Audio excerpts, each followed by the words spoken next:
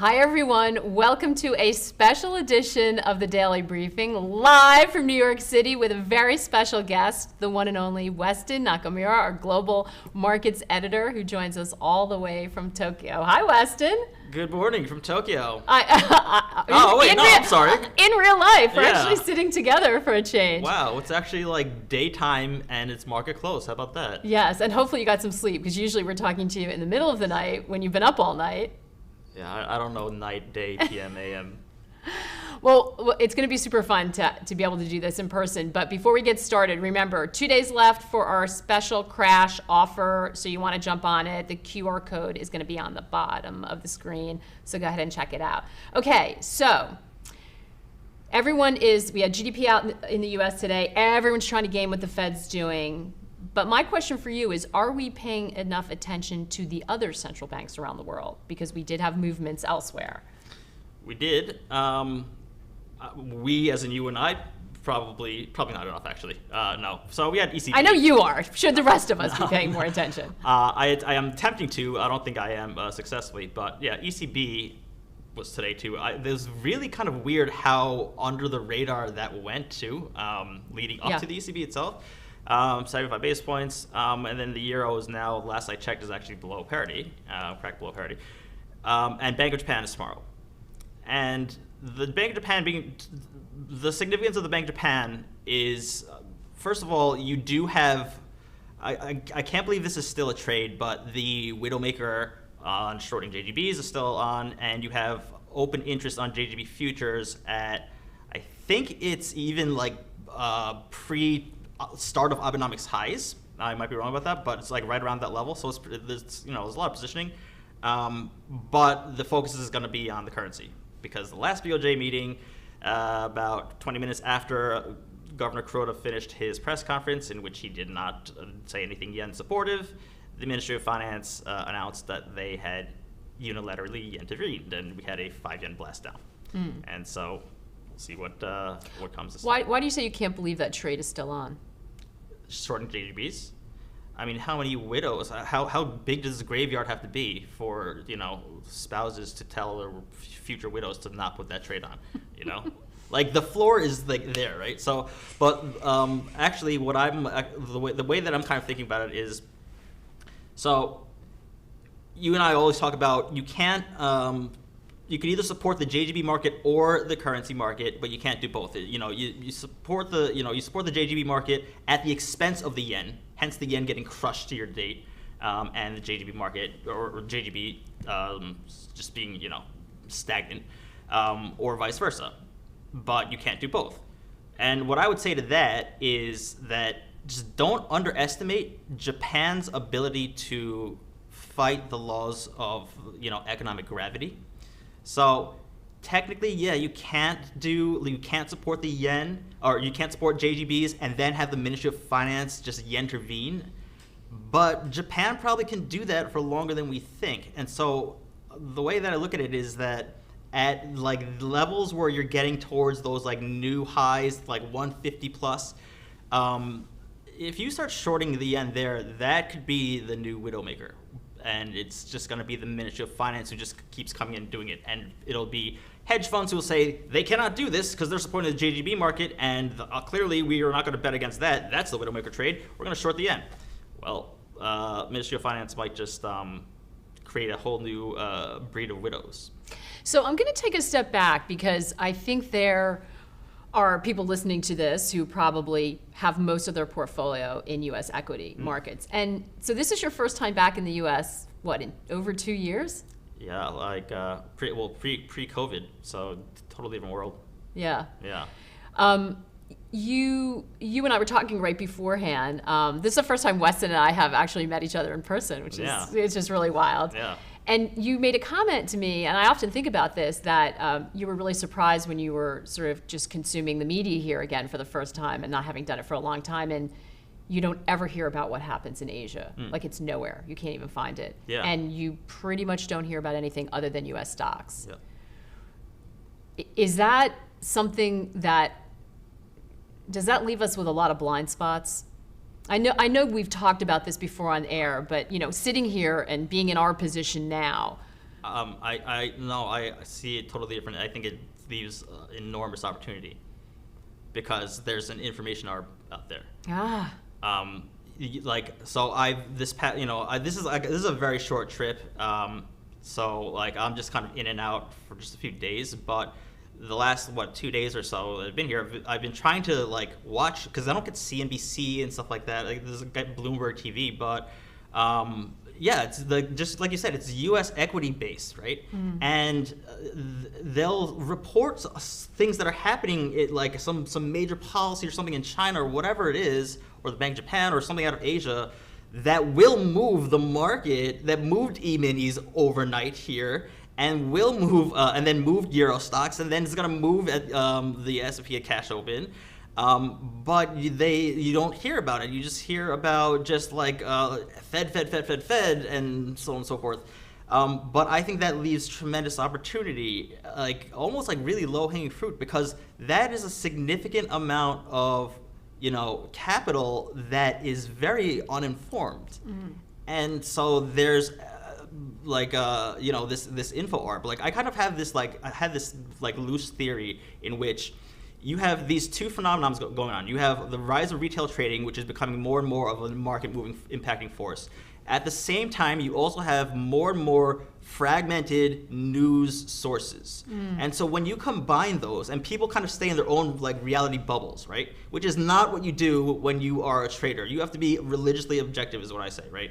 But if you want to just hear what you want to hear, then people are, retail traders are going to, I'm talking about just U.S. single stocks and stuff like that. I'm not talking about macro assets, but markets are going to start pricing in different realities. And you can totally exploit that. You can, totally exploit like someone's like political bias or whatever it may be, but you can't be one of those people if you want to exploit it. Right? Yeah. So I see opportunity. That's amazing, because I did a podcast and I remember a really, really experienced trader saying, I think it was Harley Bassman who said it to me, just said, I asked him why he made an enormous amount of money on this trade. And I said, why did you take the trade? Like what made you see it? And he's like, it was common sense. I mean, I was looking at it because he had the information, and he was looking at it and he was thinking, this makes sense. Like I'm going to do this. So it's interesting that you say that. We've been talking a lot with people who've been coming on about understanding there's a short-term perspective right now, and then there's a longer-term view as well. Because we've been looking at what's happening with stocks have been rallying. Now they're down today. We had a huge miss on Facebook, obviously, which is just getting murdered today. I mean, down 24%, I think, at the last time I checked. So you see these little moves, but then is it in the context of a bigger framework? How do you think about that? Because you have a very tradery perspective. So you mean specifically with regards to Meta everyone's been asking, is this a bear market rally, right? Or are yields now, have they peaked and are they moving down because the Fed's going to pivot, if we want to take it back to central banks? Yeah, so look, bear market rally, all that, like I think that everyone has a different definition and people don't know that they have different definitions of them. But as far as I'm concerned, when you have an equity market that is just like, plummeting, making new lows, and then you see a sharp V-shaped reversal, yeah, there's probably new longs in there, but that's by and large short covering. And so, like, if I would define a bear market rally as just a massive short covering that's happening, and I think that's underway. I mean, you see it in like Chinese stocks earlier this week that got pummeled, but then you see this massive reversal rally. But you had the reversal rally because of the fact that it was such a massive move to the downside the day before too. So and then it's a matter of liquidity as well. You're going to get more kind of extreme like percentage day over day percentage moves as a function of lack of liquidity and all that too. But yeah, I mean, I don't see any sort of, you can't really call it bottom here necessarily. And the sharper the rebound, the less I would believe in it. So we have some questions coming in. I'm just gonna say them all, and you can you can decide which one you feel like you're in a position to answer or not. Knowing that Wes is not in his usual post, and like the rest of us has been running around all day filming other things, but. This is interesting. Peter O. Wesson and I had the same exact, we're just talking about this right before we went on air. Why has the VIX decoupled from its inverse relationship to the S&P? these last couple of days. We just commented about the fact that the VIX seems to have gone under 30. Yeah, so I haven't been in front of a trading screen in the last few days, but I would first of all say that the VIX does not have necessarily a precise inverse relationship with the S&P, with the underlying index. I mean, it's just implied volatility 30 days out on a couple of strikes. But I mean, I wouldn't necessarily say that. I wouldn't look at the VIX right now being sub 30. Is it sub 30 right now? It's 27 is Okay. where it was, yeah. As some sort of like, oh, what a sanguine market, Yeah. by any means. I think so. I would have to look at the front end of the VIX curve, if it's inverted or not. I suspect that you have your front month futures contract that is trading slightly lower than its next. That if so, it might be just a function of that, but I can tell you. What I would say that is that just don't look at those things as kind of correlated. Look at the VIX and look at SPX as just two separate instruments or indices, and look at it that way, rather than as a sort of correlated or co-related pair. By the way, as if things weren't bad enough in Techland, Amazon sinks 16% on weak fourth quarter earnings. So it looks like it's going to be tough sledding again for the tech space. We were talking about central banks before, and I asked you, we were talking about the Bank of Japan. You were also tweeting about the Bank of Canada, another central bank that almost no one pays any attention to. Yeah. Except you, Jared Dillian, and Brent Donnelly. All three of you have been really focused on that. But I think a few people have.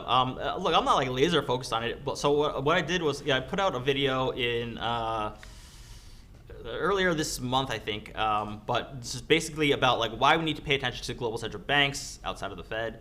And I cited 4 central banks that were the most overlooked or kind of under the radar, underappreciated central banks that could potentially be not necessarily canaries in the coal mine for the Fed per se, but for a global tightening cycle to potentially top out, if not reverse. Those 4 being the Bank of Canada, the Reserve Bank of Australia, the Reserve Bank of New Zealand, and the Bank of Korea. And the Reserve Bank of Australia, tilted a little bit dovish. RBNZ, I thought they would be a little bit more dovish. They weren't. Korea, the Bank of Korea is kind of bipolar, with being dovish and hawkish. But they're very concerned about inflation, but they're concerned about growth as well. But yeah, Bank of Canada, I mean, they went from 100 basis point hikes, was it 2-3 meetings ago, down to 75, and now they went to 50, because you're seeing, I think now it's 2 or 3 consecutive months of declining CPI trends. So, look, I'm not saying that that's where the U.S. or the European economy is headed, or the U.K. for that matter. But what I will say is that this is central bank policy divergence and data divergence that is underway. This is the theme that you and I have been talking about. So. And you have been telling us to pay more attention to. Brian T. From the RV site. This is kind of shorthand. Maybe you've had this conversation with him before. Treasury 10-year 3-month versus 10-year 2-year spread? Yeah. Question mark. Yeah. So he's referring. So look, I don't know where those are. I'm assuming that the 3-month 10-year has inverted, which is the Fed's. Yes, it did. I think. Did it? Yes. Okay. Is the Fed's preferred? Yeah. I have no market for prices or anything like that. So I'm just going off the top of my head. We're come on the daily briefing, have no information, blindfolded, be off your vacation for 3 days, and we'll have a conversation about really technical things. Look, I might be totally wrong, but I'm assuming that question is coming because the 3-month 10 years has inverted, and if that has as opposed to the 2 cents, if that has inverted the 3-month, then that's kind of the warning sign, the red flashing sign of okay, Fed is starting to break things, and you can see that reflected in markets, in yield curves. To what degree I actually subscribe to that, I don't know, but yeah, I think it's significant that happened because people believe that that's a significant occurrence. It therefore is a significant occurrence. Yeah, there were some tweets. I don't know that we're going to do a tweet of the day today, but there were tweets about some indications, residential fixed investment, I think it was, showing a decline, and that sort of reflecting a really weak ISM. So you can see a steady drumbeat of people who are thinking that there are some signs coming in that the Fed is going to have to stop being so aggressive. Not ease, but stop being so aggressive. I just wonder, though, whether we're kind of forgetting about the inflation part of that. I don't know if we're getting ahead of ourselves. I mean, this is the conversation we're having with everyone, right? I just taped something with Jesse Felder about this that's going to air early next week, too. I'm of the camp that, like Bianco says this, quite eloquently, and has been pounding the table on it. But I'm in that camp of, so the Fed made a drastic mistake with transitory. If they're going to make a policy mistake, they better not make the same one twice. And so you can't pivot. Like even if they know that they're going to destroy something, let it be a new thing, a new mistake. Don't do the same one in succession, right? So even if they know it, like what I don't really like is when people say, like, that's a really interesting point, Weston. Like the central bankers, they have no idea what they're doing. They have an idea what they're doing, okay? They let's just assume that they're not like complete idiots, right? But they might know that this is going to happen. There's going to be adverse consequences, but they're just like, they cannot make the same mistake twice. That's not. So they're going to have to go that way. Yeah, that's a really interesting point. Yeah. That brings up another one, and that's the fact that I'm sure that you've noticed since you've been here that all you're seeing is political ads, like no place in the world.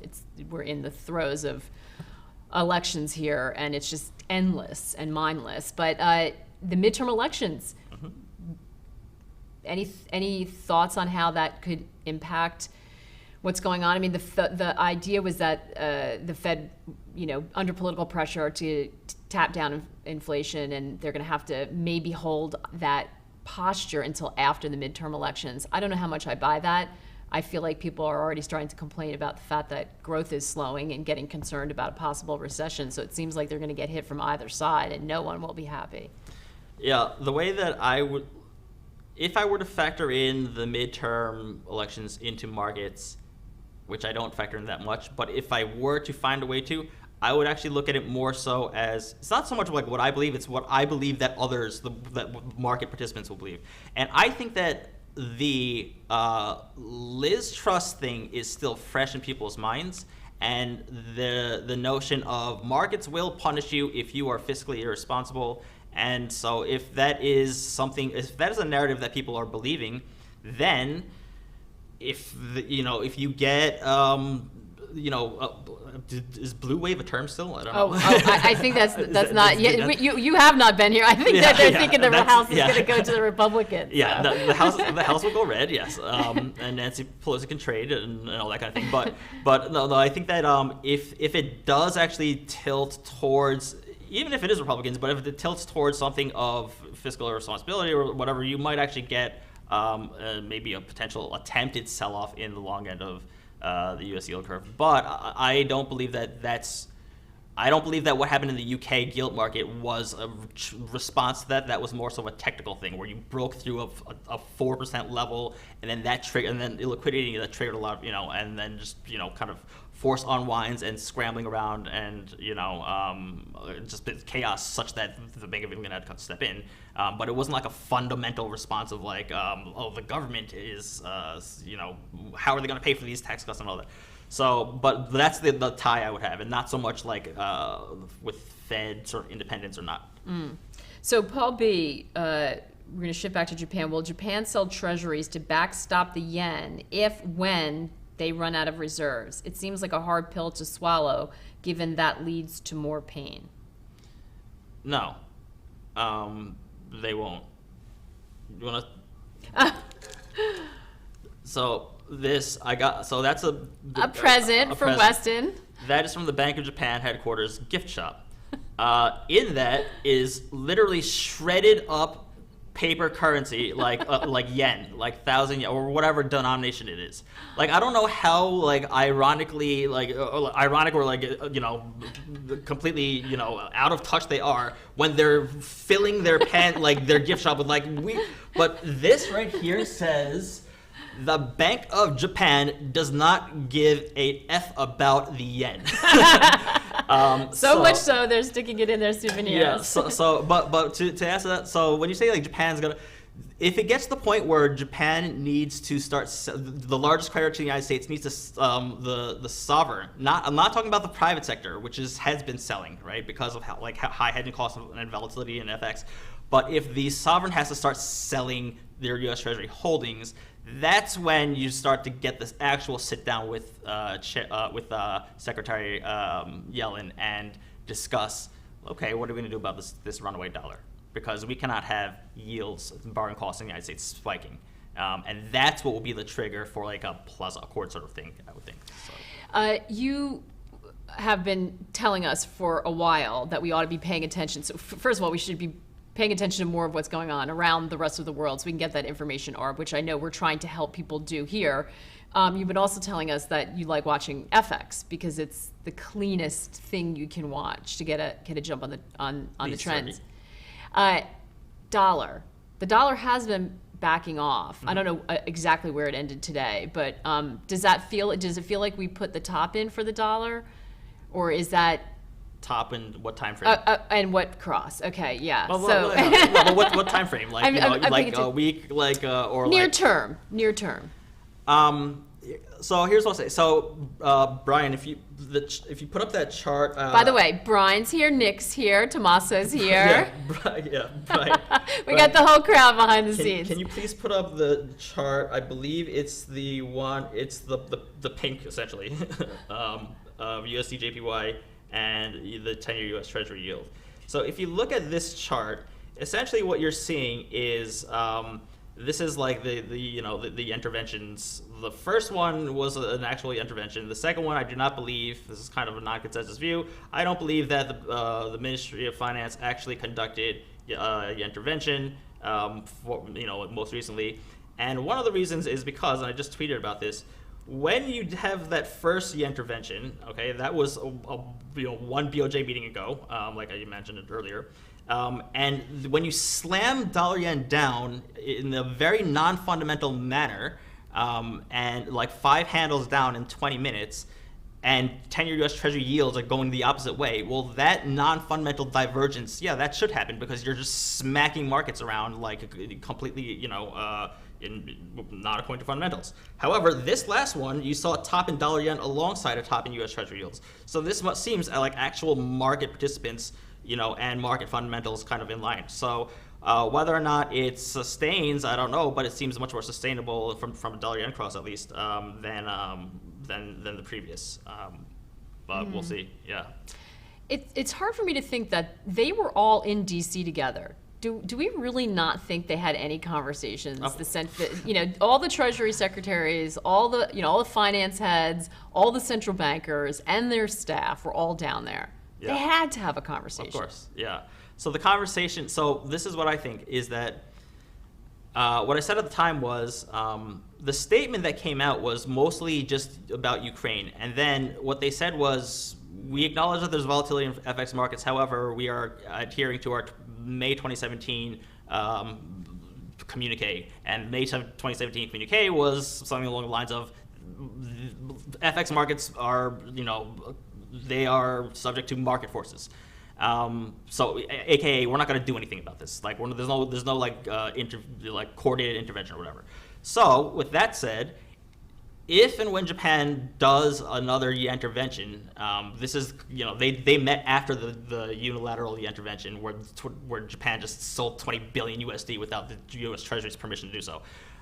If they do it again and officially declare that they did it again, then I suspect that they're doing it with the secret blessing of the G5, saying, go ahead and do it. We know it's temporary anyway. It's only going to last a few days. The dollar is going to get bid up anyway.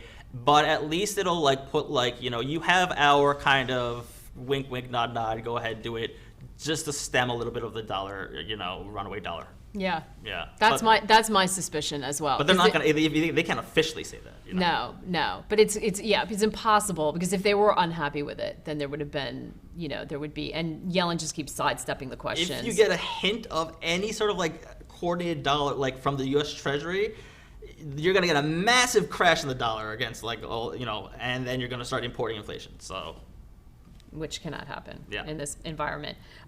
We have a lot of questions about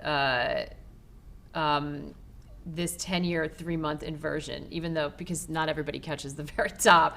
But do you look, you just said before, I think, that you don't necessarily, not that you don't buy, but you don't see that as a real harbinger for, oh, there's a recession coming. I mean, do you even care about that? Because some people who have very, very trader perspectives are not really that bothered by the fundamentals. They're looking more for, strategic trades they can put on. No, I care because people care. So I'm not religiously tied to one specific indicator or this or that or whatever it may be, or one print or one specific ISM or whatever it is. I care that people are looking at it. Just in the same way that Powell started to all of a sudden care about University of Michigan consumer sentiment, and now therefore everyone cares about right? Same thing. So I don't dictate that. I let markets tell me what they are looking at, and therefore I will look at that as well. Like resistance levels, this might be psychological. Fine, it's psychological, but if it's going to be acted upon and traded, it makes it a real resistance level, and so therefore it's So is that significant to you that it inverted then? I would say so. If I were to look into it right now, I would look at futures volume on 10-year U.S. Treasuries, because there are no futures on 3-month bills, but there are an enormous amount of futures activity on the 10-year tenor for futures. So look at that and see if there's anything happening within the futures market, and if that end of the curve, if you're basically getting an inversion because of the 10-year, and if it's driven by an abnormal amount of futures options volume on listed derivatives at the longer end.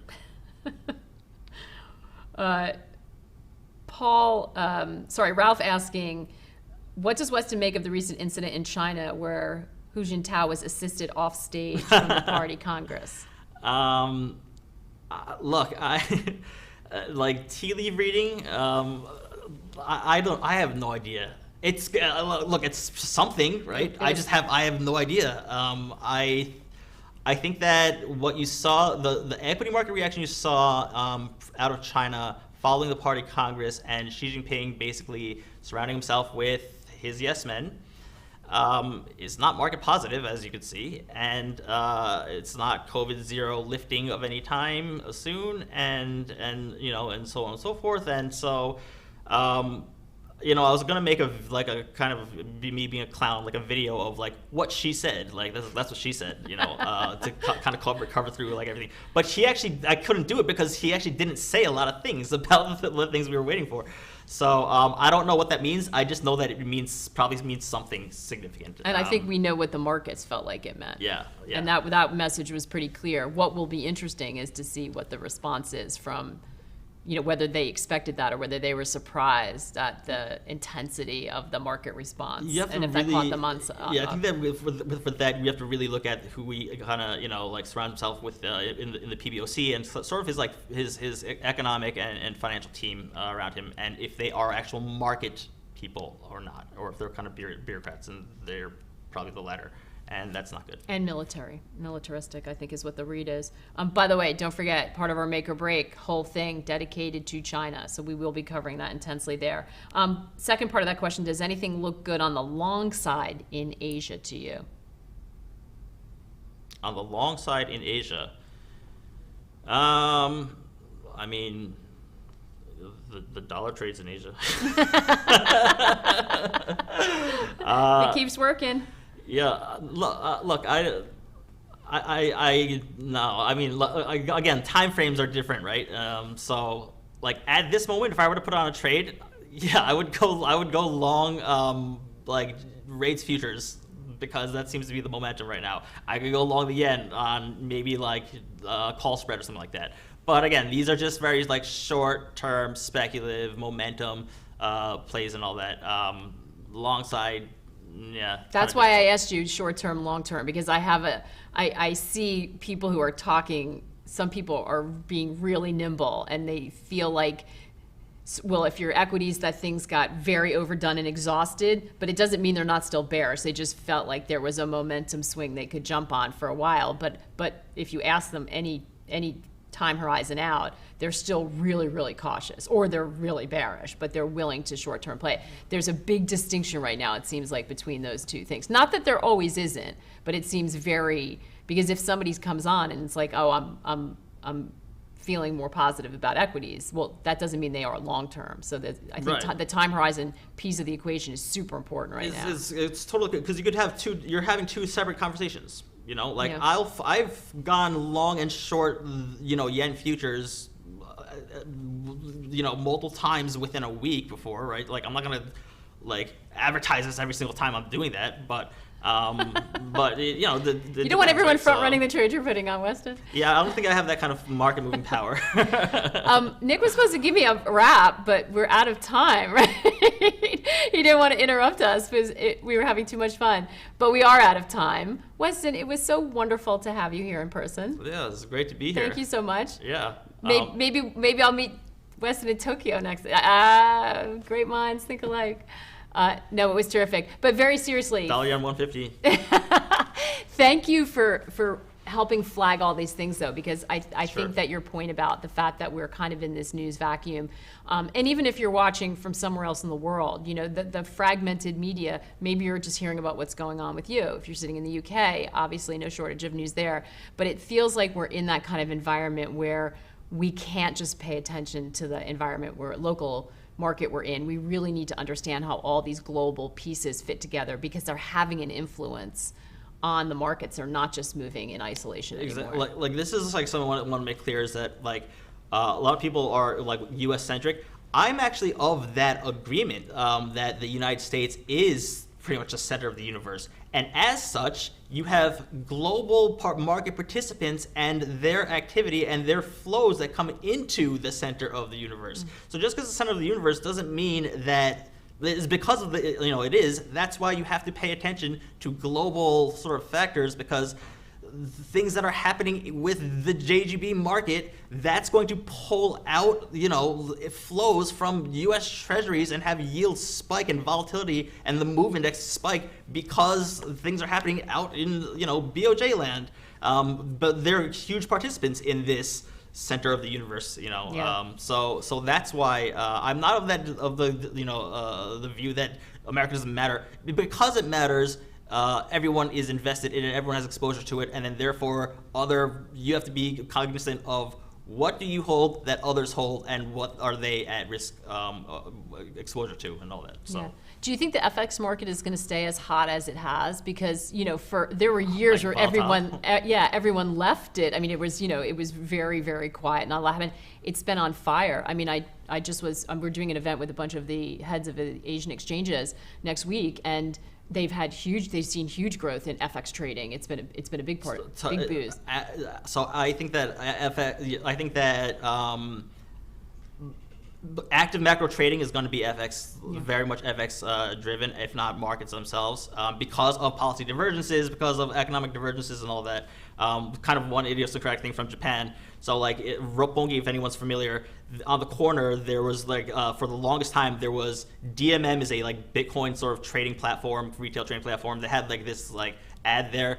That got switched out, and now that from Bitcoin now to FX. Really? So, I mean, they're not trading Bitcoin anymore. They're not trading crypto anymore. Those guys are going 25x levered on FX trading. On fiat currencies. Yeah. We'll see. We'll see what happens. But that's a great. You have to post that one for us. Yeah, we'll do. All right, excellent. Well, we're all going to head out for happy hour, but thank you all for being with us. We appreciate it. And Andreas is going to be back same time tomorrow with Michael Guyatz. That should be a fantastic conversation. In the meantime, take care and good luck out there.